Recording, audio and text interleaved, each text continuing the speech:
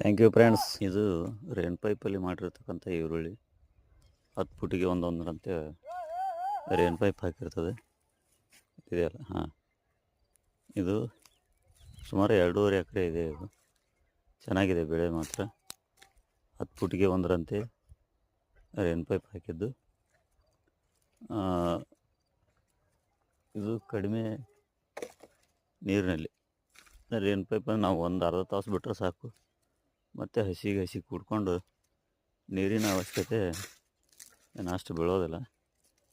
ಇದಾದಮೇಲೆ 2 ತಿಂಗಳ ಬೆಳೆ. ಇದು ಇನ್ನೂ ಒಂದು 15 ದಿವಸ ನಾವು ಏನು ಮಾಡ್ತೀವಿ, ರೇನ್ ಪೈಪ್ಲೆ ನೀರು ಯೂಸ್ ಮಾಡಿ ಅದಾದಮೇಲೆ ಹರಿನೀರನ್ನು ಬಿಡ್ತೀವಿ. ಚೆನ್ನಾಗಿದೆ, ಬೆಳೆ ಸೂಪರಾಗಿ ಬಂದಿದೆ.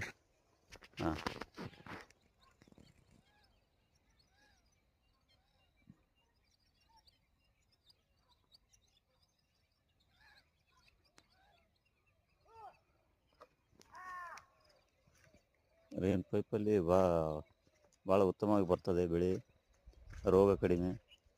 ನಾವು ಯಾವುದಕ್ಕೂ ಒಂದೇ ಸ್ಪ್ರೇ ಮಾಡಿರೋದು. ಅದು ಹಿಪ್ಸೀರ್ ಅಂತೇಳಿ ಬರ್ತದೆ. ಸೀರು ಸುಳಿಯಲ್ಲಿರ್ತಕ್ಕಂಥ ಹುಳವನ್ನು ಕಡಿಮೆ ಮಾಡುವ ಉದ್ದೇಶದಿಂದ, ಅಂದರೆ ಮುಟ್ಟು ರೋಗ ಬರ್ಬೋದು ಅನ್ನೋ ಉದ್ದೇಶದಿಂದ ಸಾದಾ ಒಂದು ಸ್ಪ್ರೇ ತೆಗೆದುಕೊಂಡಿದ್ದು ಬಿಟ್ಟರೆ ಮತ್ತೇನು ನಾವು ಯಾವುದನ್ನು ಸ್ಪ್ರೇ ಮಾಡಿಲ್ಲ. ಅತ್ಯುತ್ತಮವಾಗಿ ಬಂದಿದೆ. ಇದು 2 ತಿಂಗಳು ಬೆಳೆ. ಇದು ಇನ್ನೊಂದು ತಿಂಗಳಿಗೆ ನೀರನ್ನು ತುಂಬಿಸ್ಬೇಕಾಗ್ತದೆ.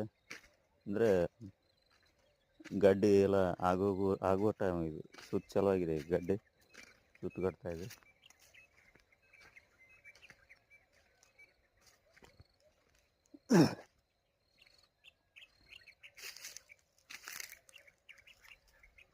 ಇದು ನೋಡಿ.